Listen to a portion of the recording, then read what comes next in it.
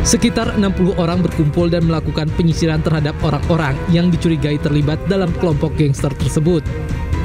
Warga berhasil mengamankan 6 remaja yang diduga tergabung dalam kelompok gangster.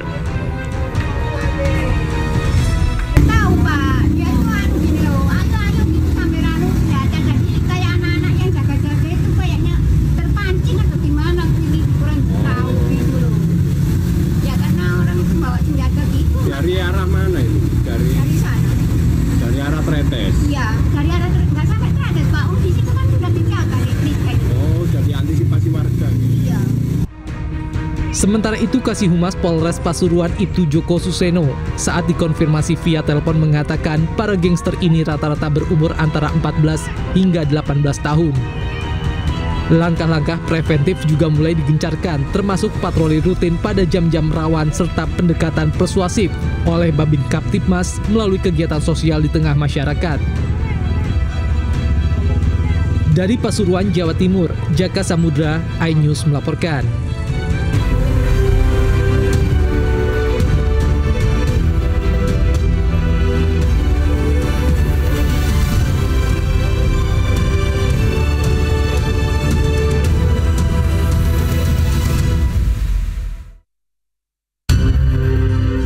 Warga negara Australia ditembak orang tak dikenal di sebuah villa di kawasan Perairan Bunggu, Badung, Bali. 1 orang dilaporkan meninggal dunia.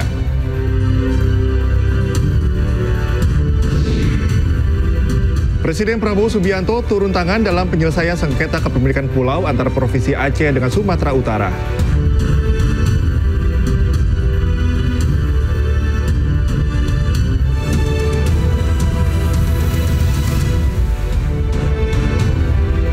Selamat malam pemirsa, sebuah video amatir memperlihatkan kekerasan di depan kantor PT PMB Jawa Barat. Sejumlah orang tak dikenal mengamuk dan merusak fasilitas kantor. 2 satpam menjadi sasaran penganiayaan brutal dan mengalami luka di kepala. Bersama saya Cika Mutazam, inilah iNews Malam selengkapnya.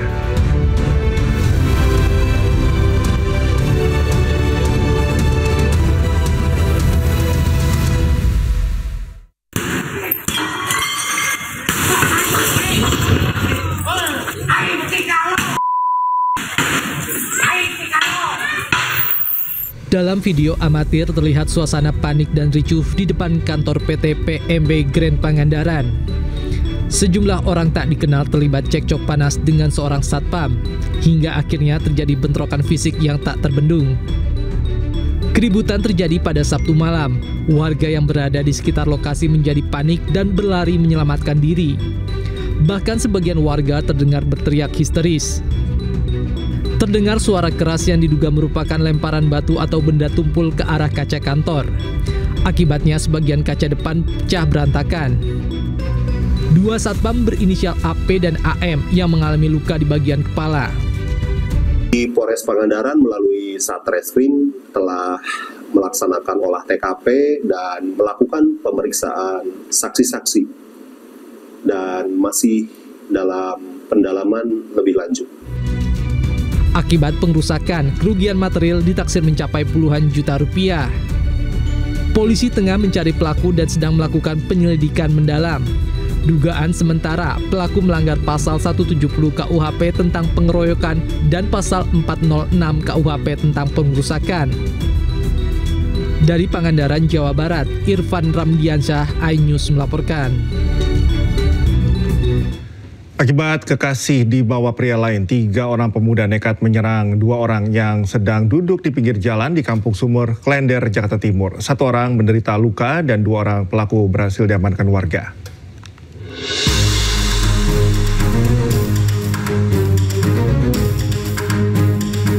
Dari rekaman kamera CCTV, terlihat 3 orang pelaku dengan menggunakan 1 sepeda motor langsung turun di tengah pemuda yang sedang nongkrong di pinggir jalan Kampung Sumur, Klender, Jakarta Timur pada Minggu dini hari tadi.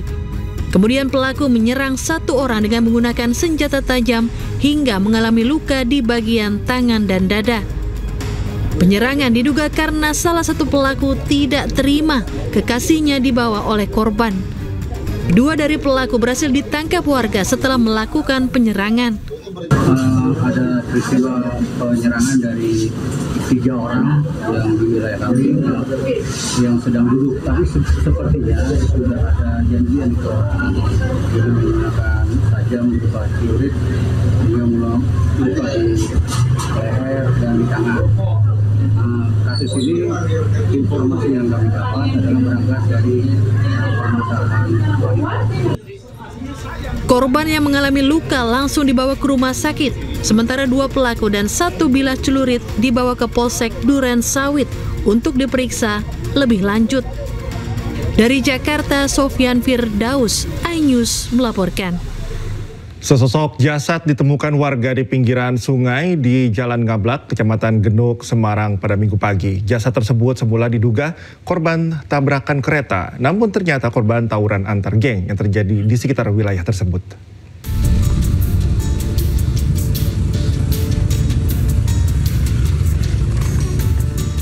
Video viral di media sosial ini menunjukkan penemuan sesosok jasad di tepi sungai di Jalan Ngablak, Kecamatan Genuk, Semarang. Dalam narasinya, semula pengunggah video belum meyakini apakah jasad tersebut merupakan korban karena ditabrak kereta api ataukah korban tawuran. Dugaan tersebut timbul karena retak jasad korban ditemukan dekat dengan rel kereta api. Namun setelah pihak kepolisian dari Satreskrim Polrestabes Semarang dan Polsek Genuk mendatangi tempat kejadian dan menyelidikinya, diketahui jasad tersebut adalah korban tawuran antar geng. Sebelumnya pada Minggu dini hari terjadi tawuran antar geng sekitar 200 meter dari korban ditemukan. Tawuran antar geng tersebut juga sempat terekam oleh video warga. Korban diduga sempat menyeberangi sungai, namun akhirnya meninggal karena luka parah di sekujur tubuh akibat senjata tajam. Itu ada gerombolan, ya, remaja-remaja itu pakai kendaraan tuh, kayak menyisir sepanjang jalan itu, tapi arahnya tuh ke rel kereta api. Jadi ke arah barat, pulang lagi sampai ke arah timur, pulang lagi. Dan yang di atas rel ada 2-3 orang itu mungkin menyisir itu kayaknya. Sampai 5:30 saya pergi ke pasar, itu belum ditemukan mayat itu. Tapi nggak kuat.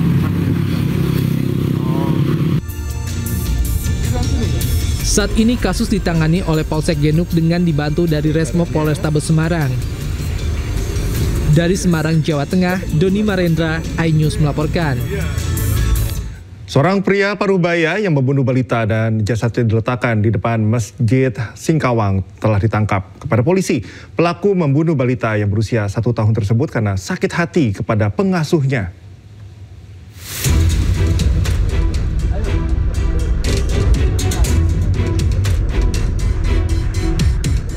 Polisi menangkap pembunuh balita yang jasadnya ditemukan di depan masjid di Singkawang, Kalimantan Barat. Pelaku merupakan pria Parubaya bernama Urai Abadi.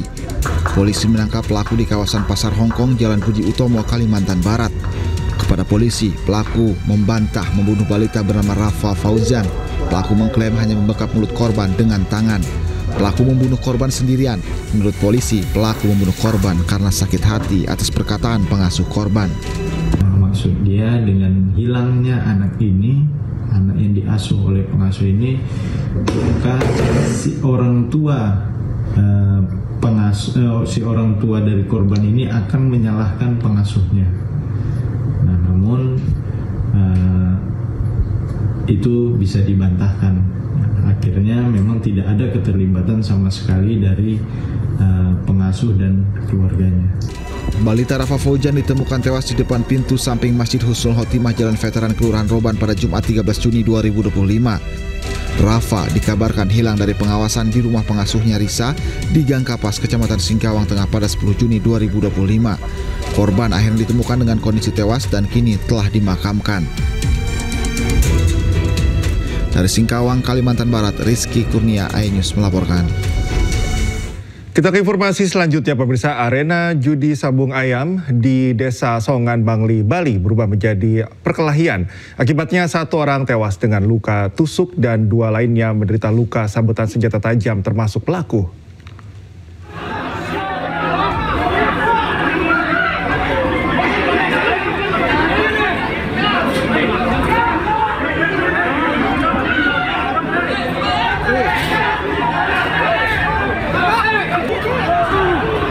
Perkelahian brutal terjadi di sebuah arena sabung ayam di Banjartabu, Kecamatan Kintamani, Kabupaten Bangli, Bali.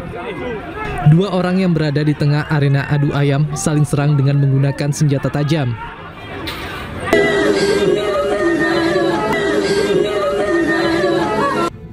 Akibat kejadian ini, Komang Alam Sutawan 37 tahun tewas dengan luka tusuk di dada.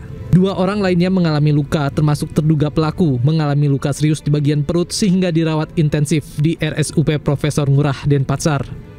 Dari hasil pemeriksaan sementara, motif perkelahian diduga karena kesalahpahaman antara pelaku dengan korban. Saat kejadian, pelaku diketahui usai mengonsumsi minuman keras. Pelaku merupakan residivis kasus pembunuhan tahun 2016 silam dan divonis 20 tahun penjara. Pelaku yang sempat mendekam di Nusa Kambangan baru bebas beberapa bulan lalu. Satu meninggal dunia atas nama Komang Alam, sedangkan terduga pelaku Jero Mangkuluas. Itu bermotifkan kesalahpahaman. Ya, di samping itu terkait dengan dipengaruhi minuman. Polisi tengah memeriksa belasan saksi dan sudah melakukan olah TKP untuk mengungkap motif dan kronologis kasus. Dua warga negara Australia ditembak orang tak dikenal di sebuah villa di kawasan Pererenan, Munggu, Badung, Bali. Satu orang dilaporkan meninggal dunia.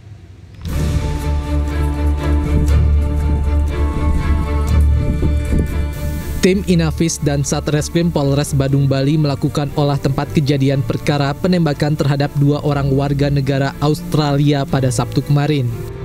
Sejumlah lubang bekas peluru terlihat di beberapa bagian bangunan villa. Satu korban berinisial ZR 32 tahun dinyatakan meninggal dunia. Dan satu korban luka lainnya yakni SG 35 tahun masih menjalani perawatan intensif pasca operasi pengeluaran proyektil peluru dari tubuhnya di Rumah Sakit Profesor Ngurah Denpasar. Korbannya tidak terlalu parah, cuma mungkin ada bekas pukulan. Ada saksi yang dipanggil? Nah, sampai sekarang masih kita kumpulir di lapangan karena informasi kita terima juga baru pagi ini. Dan indikasinya pelakunya ada apakah warga lokal atau warga negara asing? Nah, masih penyelidikan. Sabar. Saya belum bisa memastikan itu motifnya apa dan lain sebagainya, karena kita juga masih penyelidikan ini. Nanti kalau memang sudah terang benderang, pasti saya informasikan para rekan-rekan sekalian. Polisi masih menyelidiki motif dan memburu pelaku penembakan serta memeriksa sejumlah saksi.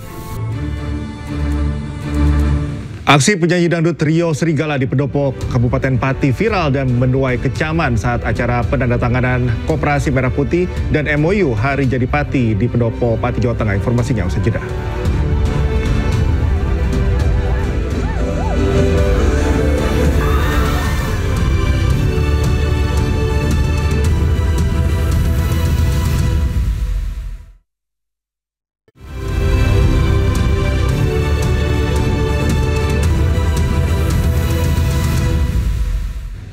Pemirsa, aksi penyanyi dangdut Rio Srigala di Pendopo, Kabupaten Pati viral dan menuai kecaman. Atas penampilan yang dinilai warganet tidak pantas tersebut, Bupati Pati meminta maaf.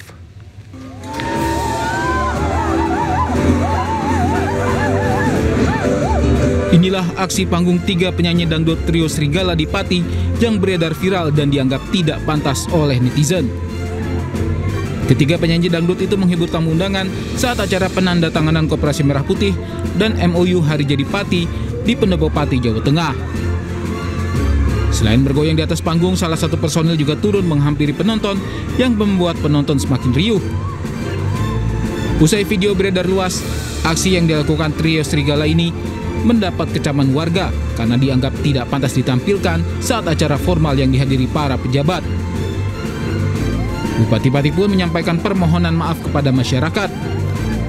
Sudewo menyebut aksi itu merupakan spontanitas dari penyanyi yang bersangkutan. Bagi masyarakat kurang bagus lah, karena dari jogetannya kan ya nggak bagus kalau harus ditampilkan di forum seperti itu. Ya semoga nanti kedepannya para panitia lebih selektif buat kalau ada hiburan yang ada di lingkungan pemerintahan seperti itu. Ya, minta maaf atas atraksi yang dilakukan oleh 3 serigala di Pendopo Kabupaten beberapa hari yang lalu. Atraksi tersebut spontan, saya pun terkejut munculnya tampilnya atraksi semacam itu. Memang itu tidak layak untuk dilakukan di Pendopo Kabupaten. Itu mestinya pasnya dilakukan di luar Pendopo Kabupaten. Bupati Pati berterima kasih kepada masyarakat yang telah mengingatkannya agar peristiwa seperti ini tidak terulang. Dari Kabupaten Pati, Jawa Tengah, Lazarus Sandi, iNews melaporkan. Beralih ke informasi lain, ya pemirsa, Gubernur Jawa Barat Deddy Mulyadi mengecam aksi Casmari, Kepala Desa Karangsari, Kecamatan Weru, Kabupaten Cirebon, bagi-bagi uang atau nyawer di klub malam. Selain mempertanyakan sumber uang yang digunakan, Deddy Mulyadi juga meminta Inspektorat segera memeriksa Casmari.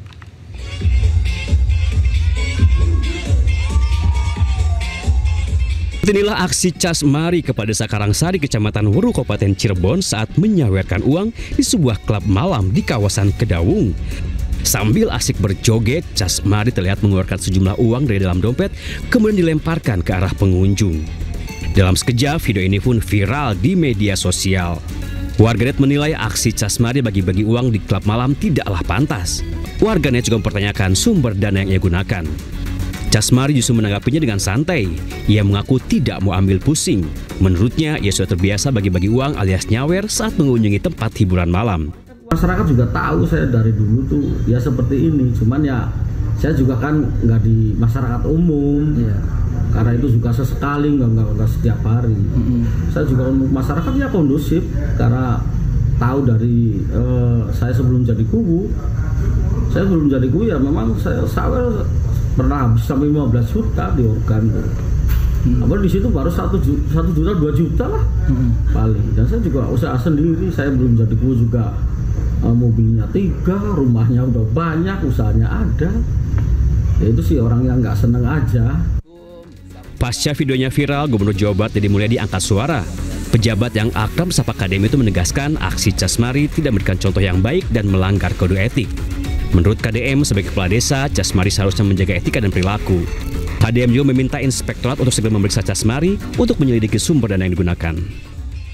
Ada kuwu di Cirebon nyawer di diskotik katanya. Kalau diskotik di sisi kota Saeutik mungkin ya menimbulkan kehebohan. Dan menurut saya sih memang sebaiknya tidak dilakukan. Dan saya sudah meminta kepada Kepala Inspektorat, Kepala Badan Pemberdayaan Masyarakat Desa Kabupaten Cirebon untuk melakukan pemeriksaan. Yang pertama dari sisi etik, yang kedua dari sisi penggunaan uangnya, uang yang dipakai nyawernya uang apa coba. Dan kalau Inspektorat dan Badan Pemberdayaan Masyarakat Desa tidak melakukan itu, maka kami akan menunda bantuan keuangan gubernur untuk desa di Cirebon. Sementara itu, Dinas Pemberdayaan Masyarakat dan Desa telah memanggil Casmari untuk diminta keterangan. Pemerintah akan menyiapkan sanksi tegas sesuai aturan yang berlaku jika yang bersangkutan mengulangi perbuatan yang sama di kemudian hari. Tim Liputan iNews melaporkan. Pemprov Jawa Barat memiliki tunggakan utang ke BPJS sebesar 300 miliar rupiah. Menurut Gubernur Deddy Mulyadi, utang tersebut merupakan utang kabupaten kota yang belum terbayarkan gubernur sebelumnya.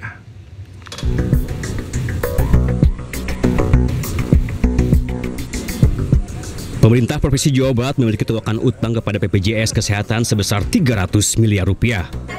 Hal ini diungkap Gubernur Jawa Barat Deddy Mulyadi saat mengunjungi Rumah Sakit Hasan Sadikin Bandung. Orang yang akrab sapa KDM ini menjelaskan utang 300 miliar ini merupakan utang BPJS kabupaten kota yang belum terbayarkan pada kepemimpinan Gubernur Jawa Barat sebelumnya. Pemprov Jabar ternyata punya tunggakan utang BPJS 300 miliar. Terhadap kabupaten kota. Nah itu terjadi tahun anggaran sebelum saya pimpin. Makanya tadi saya komplain ke teman-teman Bapeda, kepala kepala dinas kesehatan. Kenapa sih dulu ketika kita punya uang fiskal yang sangat cukup lebih banyak hibah dibanding bayar kewajiban pemerintah BPJS? Kan ini rawan kalau kabupatennya tidak bayar, itu bisa stop pelayanannya. Nah ini yang akan segera saya ambil keputusan, karena itu kewajiban yang harus dibayar. Dedi Mulyadi juga menjelaskan jika token BPJS tidak segera dibayarkan, maka akan berpengaruh pada pelayanan BPJS kepada masyarakat. Dari Bandung, Jawa Barat, Ervan David, iNews melaporkan. Informasi selanjutnya, pemirsa, Presiden Prabowo Subianto mengatakan mega proyek Giant Sea Wall atau tanggul laut raksasa akan segera dikerjakan. Presiden menyebut tak akan menunda lagi proyek yang sudah direncanakan sejak 1995 ini. Prabowo menyebut tanggul laut akan dibangun dengan panjang 500 km dari Banten hingga ke Jawa Timur. Anggaran yang dibutuhkan sekitar 80 miliar dolar Amerika Serikat dengan target waktu penyelesaian hingga 20 tahun. Prabowo mengungkapkan tidak tahu siapa presiden yang akan menyelesaikan proyek ini. Presiden menegaskan akan memulai terlebih dahulu sesegera mungkin. Ini sangat vital. Proyek ini berada dalam perencanaan Bappenas sejak tahun 95. Bayangkan, sejak tahun 95, 30 years ago, kalau tidak salah ya, 30 tahun yang lalu. Tapi kita tidak berkecil hati. Sekarang tidak ada lagi penundaan. Sudah nggak perlu lagi banyak bicara, kita akan kerjakan itu segera, saudara-saudara sekalian. Proyek ini menyangkut jarak yang tidak pendek, kalau tidak salah sekitar 500 km dari Banten sampai ke Jawa Timur, ke Gresik, 500 km, dan perkiraan biaya yang dibutuhkan 80 miliar dolar. Di sisi lain, Gubernur Jakarta Pramono Anung mengatakan pihaknya akan berkonsentrasi terhadap jatah Pemprov Jakarta dalam pembangunan Giant Sea Wall, yakni 19 km yang sebelumnya 12 km. Sementara sisanya akan menjadi tanggung jawab pemerintah pusat. Jadi Giant Sea Wall itu yang menjadi bagian Jakarta yang akan tanggung jawab. Ada yang menjadi bagian pemerintah pusat yang tanggung jawab. Saya berkonsentrasi yang menjadi bagian pemerintah Jakarta. Yang awalnya 12 kilo, sekarang ditambah menjadi 12, tambah 7 menjadi 19 kilo. Itulah yang menjadi tanggung jawab saya, tanggung jawab pemerintah Jakarta. Sehingga dengan demikian, perencanaan untuk pembiayaannya tentunya kami berkonsentrasi terhadap hal itu. Di luar itu menjadi tanggung jawab pemerintah. Rismon Carikasmujo yang disebut-sebut sebagai dosen pembimbing akademik Joko Widodo. Informasi selengkapnya kami hadirkan usai jeda. Tetaplah di iNews Malam. Kenalkan Pak, saya Rismon Sianipar Pak. Bisa kami bertamu sebentar Pak? Tidak semua urusan tidak boleh di rumah, tidak harus di fakultas.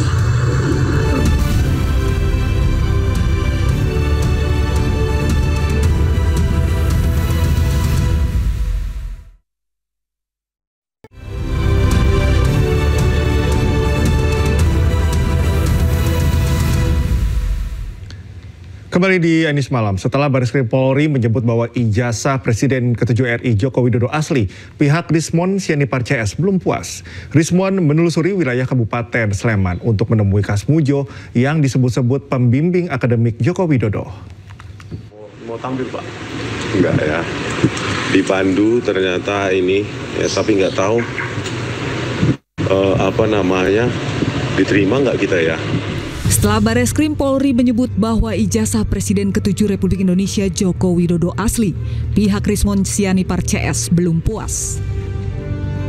Rismon Sianipar nekat mendatangi rumah Kasmujo di Pogung Kidul, Kabupaten Sleman, Yogyakarta, meski hal tersebut melanggar aturan. Bahkan Rismon merekam aktivitas perjalanannya dan mengunggahnya di YouTube channel miliknya. Kenalkan Pak, saya Rismon Sianipar Pak. Sementara di dalam video terlihat Kasmujo enggan menemui Rismon CS dan hanya menyapa dari balik pintu rumahnya. Iya Pak, bentar Pak ya. Kenalkan Pak, saya Rismon Sianipar Pak. Rismon Sianipar, Pak. Oh iya, Pak. Sehat-sehat, Pak ya. Bapak, bisa kami bertamu sebentar, Pak? Tidak bisa. Oh, karena tidak sedang di semua urusan tidak boleh di rumah, tidak harus di fakultas atau di ya. Oh, jadi enggak bertanya-tanya biasa-biasa saja, Pak. Enggak bisa. Oh. Di dalam video, Kasmujo menyebut bahwa dirinya bukanlah dosen pembimbing skripsi dan akademik Joko Widodo. Kan Pak, yang tahun 2017 kan Bapak tampil di TV bersama Pak Jokowi. Bapak kan di situ Pak Jokowi mengatakan Pak Jokowi bolak-balik bimbingan skripsi. Bapak itu kan yang salah. Iya Pak. Salah itu. Iya Pak, bentar lah Pak. Biar ini untuk negara Pak. Saya baru 3B sudah bisa bimbing. Bapak saat itu berarti bukan pembimbing skripsi. Jelas bukan. Bukan pembimbing akademik. Bukan. Pembimbing akademik pun bukan Pak. Oh bentar lah Pak. Maaf. Nggak bisa ya. Pak Kasmujo ada di dalam, sempat saya wawancarai. Tim Liputan iNews melaporkan. Kuasa hukum Presiden ke-7 Republik Indonesia Joko Widodo mendesak Polda Metro Jaya segera menaikkan status kasus tudingan ijazah palsu milik Jokowi ke tahap penyidikan. Kuasa hukum juga meminta seluruh pihak menghentikan fitnah dan pencemaran nama baik kepada kliennya. Sesuatu yang kami yakini semakin terbukti kebenarannya. Ya. Seperti kita saksikan bersama, semua upaya hukum, proses hukum sudah dijalankan, diterangkan oleh rekan Yakub, nyatanya tetap ditolak. Bahkan terakhir ini semakin terlihat bahwa kegiatan mereka ini bukan lagi bersifat mencari kebenaran atau kegiatan akademis, karena banyak statement yang sangat terlihat bahwa ini sudah berbau politis. Di antaranya sebagai seorang peneliti melemparkan kalimat-kalimat ingin mengasingkan Pak Jokowi, ingin menusuk-kambangkan Pak Jokowi agar tidak bisa berinteraksi dengan pejabat-pejabat lainnya. Itu videonya semua kami pegang. Ada lagi mengklaim diri sebagai peneliti, lalu mulai mempersoalkan di luar topik sosial media Pak Wapres, sampai ingin ikut bergabung memaksulkan. Sehingga apa yang kami duga-duga lalu akhirnya terbukti. Ibarat pepatah, secepat apapun kebohongan berlari, waktu yang akan menentukan kebenaran akan terkuat. Dan sekarang itu semua semakin terbukti, ya, dan kita saksikan bersama. Karena kita melihat kondisinya sudah seperti ini, jadi apa yang dilakukan mereka ini bukan untuk mencari kebenaran. Selain ingin bertemu langsung dengan Kasmujo, ahli digital forensik Rismon Sianipar mengatakan rakyat perlu tahu mengenai riwayat pendidikan Presiden ke-7 Joko Widodo. Sementara pengacara Jokowi mengatakan pihaknya telah menyerahkan cukup bukti terkait riwayat pendidikan Presiden ke-7 RI Joko Widodo ke penyidik Bareskrim Polri. Tetapi perlu kita ingat bahwa Pak Joko Widodo itu adalah presiden kita 10 tahun. Rakyat seharusnya punya hak untuk mengetahui identitas lengkapnya terkait dengan proses akademik dari presiden yang telah mereka pilih. Tidak ada penjelasan sama sekali proses akademik Pak Joko Widodo mulai dari sarjana muda sampai menjadi sarjana penuh. Karena kita punya banyak informasi bahwa ketika Anda mendaftar sarjana muda untuk mencapai sarjana di tahun 1978 sampai 1980 di UGM, ia harus memiliki juga sarjana dengan bergelar BSc, sarjana muda. Baru selanjutnya ada saringan IPK. Jika IPK-nya tidak rendah, maka dia bisa melanjutkan ke gelar sarjana penuh. Ini juga tidak dijelaskan juga kepada publik, baik oleh Pak Joko Widodo maupun UGM. Jadi, ya rakyat berhak tahu tentang siapa presidennya, siapa mantan presidennya, karena mereka telah Kegaduhan yang timbul pasca ditetapkannya 4 Pulau Aceh ke Sumatera Utara melalui surat keputusan Mendagri masih terus bergulir. Nelayan Aceh Singkil akan melakukan sweeping terhadap nelayan Sumatera Utara yang menangkap ikan di perairan 4 pulau. Kami kasih Aceh, itu laut tradisi Tanban.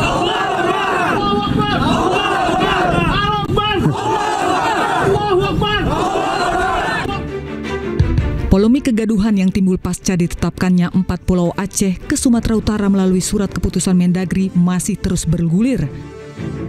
Para nelayan membentuk satu gerakan sebagai wadah perjuangan dalam mempertahankan keempat pulau tersebut. Nelayan Aceh Singkil akan melakukan sweeping terhadap nelayan Sumatera Utara yang menangkap ikan di perairan 4 pulau Aceh Singkil. Hal itu dilakukan sebagai reaksi dan protes terhadap Kemendagri. Selain itu, sweeping juga dilakukan sebagai antisipasi terjadinya illegal fishing. Nelayan Kabupaten Aceh Singkil melalui wadah Gerakan Aliansi Nelayan Aceh Singkil Ganas akan melakukan sweeping kepada nelayan Sumatera Utara yang melakukan penangkapan ikan di wilayah perairan laut 4 pulau tersebut. Selain itu, nelayan meminta Presiden Prabowo Subianto mencopot Menteri Dalam Negeri Tito Karnavian karena dinilai telah membuat kegaduhan. Dari Aceh Singkil, Aceh, Suparman Munte, iNews melaporkan. Kementerian Dalam Negeri akan mengkaji ulang penetapan masuknya 4 pulau ke wilayah Sumatera Utara. Kajian ulang tersebut akan digelar pada 17 Juni mendatang.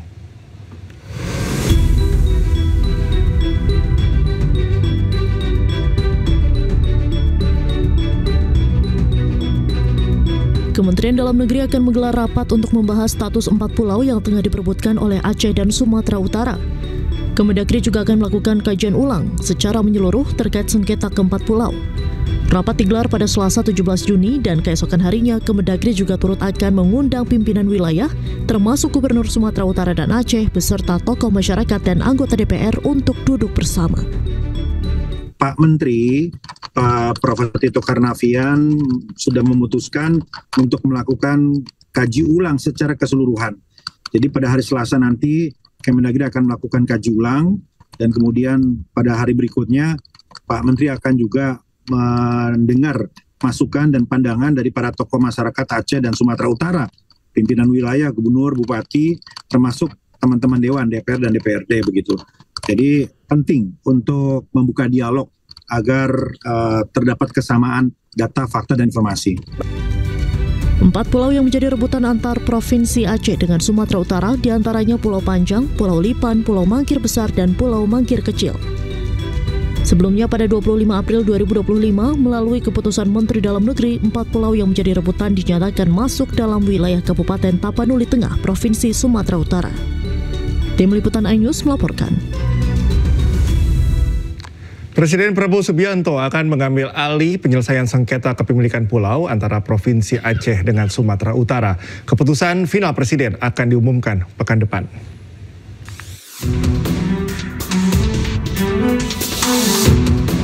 DPR RI menyebut Presiden Prabowo Subianto akan menangani langsung sengketa kepemilikan pulau antara Provinsi Aceh dengan Sumatera Utara.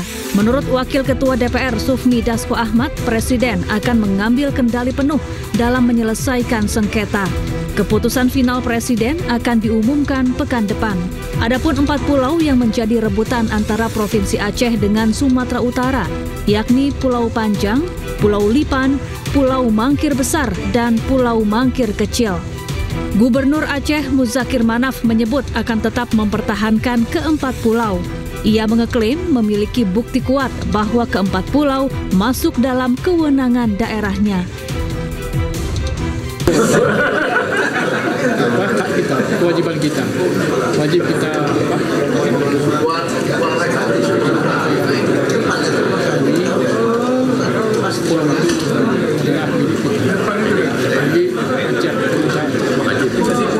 Kisruh bermula usai Kementerian Dalam Negeri memutuskan 4 pulau dinyatakan masuk wilayah Kabupaten Tapanuli Tengah, Provinsi Sumatera Utara.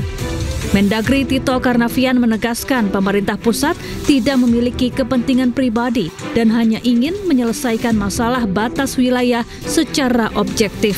Tim Liputan iNews melaporkan. Sementara itu, Gubernur Sumatera Utara Bobi Nasution membantah telah mencaplok 4 pulau yang awalnya ada di Provinsi Aceh. Ia menegaskan pemerintah daerah tak punya wewenang untuk mengambil dan melepaskan suatu wilayah tanpa keputusan dari pemerintah pusat. Kalian bilang ini memantik, medianya juga jangan memantik. tolong apa yang disampaikan ini itu jangan dipotong-potong ya. Pemerintah daerah itu nggak ada wewenang sama sekali, untuk mengambil atau melepaskan wilayah di daerah kami. Nggak mungkin misalnya contoh tiba-tiba kami mau melepaskan satu wilayah kami, nggak bisa Pak. Nggak akan bisa tanpa ada izin dari pemerintah atasan, pemerintah pusat. Dan pelepasan ataupun pengambilan itu nggak bisa seolah-olah hanya dari satu sisi, ada dari dua sisi. Nah itu yang kalau kalian bilang ini jadi pemantik dan segala macam, kalian jelaskan juga di media skemanya itu, skema biar bisa dapat, katanya Provinsi Sumatera Utara nyuri. Gimana skema nyurinya? Coba jelaskan di media kalian. Gimana skema nyurinya? Nah, itu yang perlu dijelaskan. Kalau kalian nggak bilang ini akan memantik, Kemendagri akan memantik, gimana cara memantiknya? Nah, kalian coba jabarkan. Gimana proses itu bisa dari tahun 2017,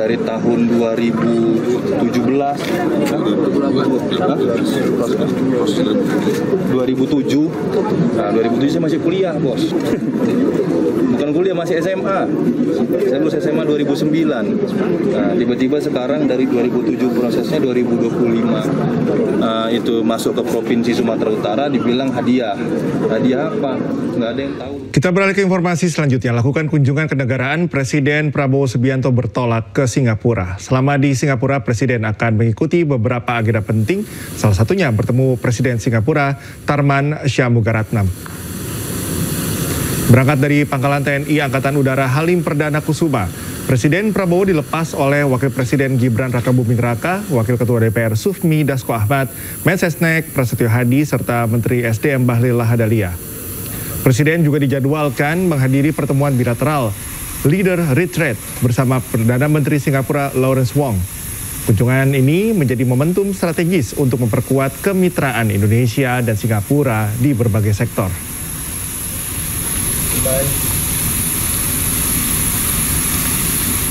Serangan rudal dari Iran menghancurkan kota-kota di Israel. Akibat serangan tersebut, 6 orang dilaporkan tewas dan 54 orang terluka. Informasinya kami hadirkan usai jeda.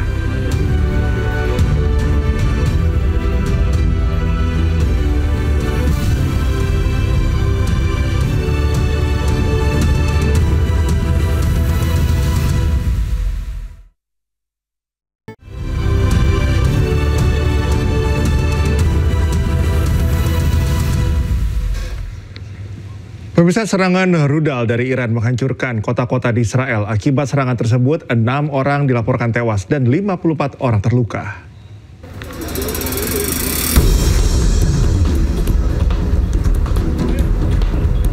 Iran melakukan serangan balasan ke Israel usai ratusan orang tewas pada agresi militer Israel ke Tehran sejak Jumat lalu. Akibat serangan balasan dari Iran ke Israel, 6 orang dilaporkan tewas dan 54 orang terluka. 5 dari korban tewas ditemukan di Tamra, sebuah kota Arab dekat Haifa, sementara 1 korban tewas ditemukan di Bat Yam, tepat di selatan Tel Aviv. Tim layanan darurat Israel melaporkan bahwa beberapa orang masih terperangkap di bawah reruntuhan di Bat Yam, di mana kerusakan perumahan yang parah terlihat usai serangan rudal dari Iran.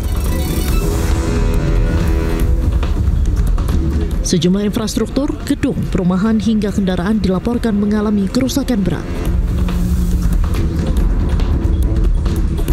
Alat berat atau ekskavator juga turut dikerahkan untuk membersihkan puing-puing maupun mengevakuasi warga yang masih tertimpa reruntuhan.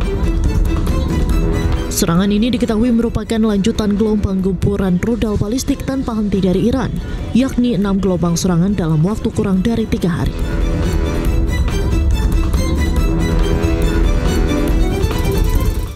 Pemirsa, Iran berhasil menembak 2 pesawat tempur canggih milik Israel F-35 dan menawan seorang pilot wanita.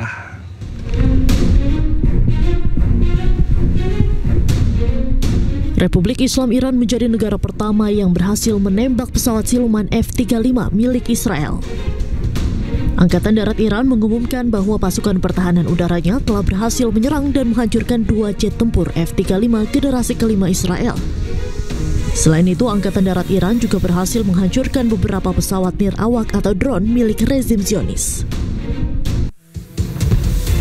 Israel memperoleh F-35 jet tempur canggih produksi Amerika Serikat. F-35 Lightning II diproduksi Lockheed Martin, produsen kedirgantaraan asal Amerika Serikat. Israel adalah salah satu dari sedikit negara yang diberi wewenang oleh Amerika Serikat untuk mengoperasikan jet tempur siluman generasi kelima F-35. Sebelumnya pada Jumat dini hari, militer Israel melancarkan salah satu serangan udara terbesar ke Iran dengan mengerahkan 200 pesawat tempur. Pesawat jet F-35, F-16, dan F-15 menjatuhkan 330 unit amunisi ke sejumlah target strategis di wilayah Iran, seperti fasilitas nuklir dan situs militer. Juru bicara militer Israel, Brigadir Jenderal Evi Devrin, mengatakan bahwa operasi Rising Lion merupakan langkah ofensif Zionis untuk menanggapi ancaman dari Iran. Aksi demo bela Palestina berlangsung di sejumlah negara seperti di Paris, Prancis, dan London, Inggris. Mereka mendesak dihentikan serangan Israel ke Gaza dan juga Iran.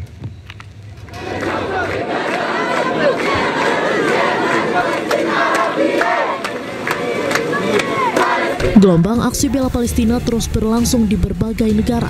Ratusan demonstran berkumpul di Place de la République di Paris Jumat waktu setempat. Mereka mendesak dihentikannya serangan Israel terhadap Gaza dan ke Iran baru-baru ini. Para demonstran menyerukan dukungan dan mengibarkan sejumlah bendera, mulai dari bendera Palestina, Suriah, Iran, dan Aljazair. Air mancur di Place de la République juga diwarnai merah sebagai tanda banyaknya korban yang tewas akibat serangan dari Israel.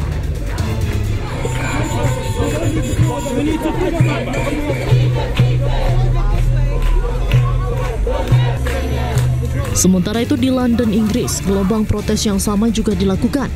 Puluhan demonstran berkumpul di depan kedutaan besar Israel di London. Mereka mengecam keras serangan Israel terhadap Iran dan menuntut dihentikannya agresi militer Zionis Israel di Timur Tengah. Sejumlah demonstran terlihat membawa poster dan mengibarkan bendera Iran dan Palestina. Salah satu poster bertuliskan kemenangan untuk perjuangan rakyat Palestina, hentikan genosida, invasi, dan pendudukan oleh Israel. Beralih ke informasi olahraga, pemirsa, Timnas Putri U19 mempersiapkan diri menjelang laga semifinal Piala AFF melawan tuan rumah Vietnam. Vietnam merupakan lawan yang berat bagi Garuda Pertiwi, namun skuad besutan Akira Higashiyama tidak gentar dan siap untuk meraih kemenangan. Dan pemirsa, usai sudah kebersamaan kita dalam iNews malam hari ini, temukan informasi-informasi terbaru lainnya di www.inews.id. Cuplikan tayangan berita iNews dapat Anda saksikan di kanal YouTube @officialinews.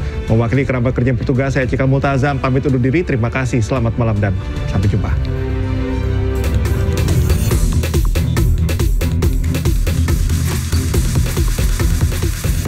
Tim Putri Indonesia U19 mempersiapkan diri menjelang laga semifinal Piala AFF melawan tuan rumah Vietnam. Indonesia sendiri lolos ke semifinal usai finish sebagai runner-up grup B. Laga melawan Vietnam akan menjadi ujian bagi Sydney Hopper dan kawan-kawan. Mengingat Vietnam tampil impresif dengan menyapu bersih semua laga di grup A. Selain itu, faktor teknis lainnya juga menjadi kendala bagi Timnas Putri U19 untuk bisa tampil maksimal. Vietnam is one of the biggest and strong team in Asia, but so we have to show our best tomorrow, and then we ready to fight against Vietnam. I would say if we play football with a great field, we will show our best. So we have a very good player, and now we improve a lot as a team. So again, if we can play football with a great field, we will win. Thank you. Tantangan berat lainnya yang dihadapi Indonesia adalah Vietnam, tim langganan final Piala AFF Wanita U19 3 edisi beruntun meski berakhir sebagai runner-up. Catatan ini tentunya akan menjadi modal penting bagi Timnas Putri U19 agar bisa meraih kemenangan dalam laga semifinal yang digelar Senin sore waktu setempat.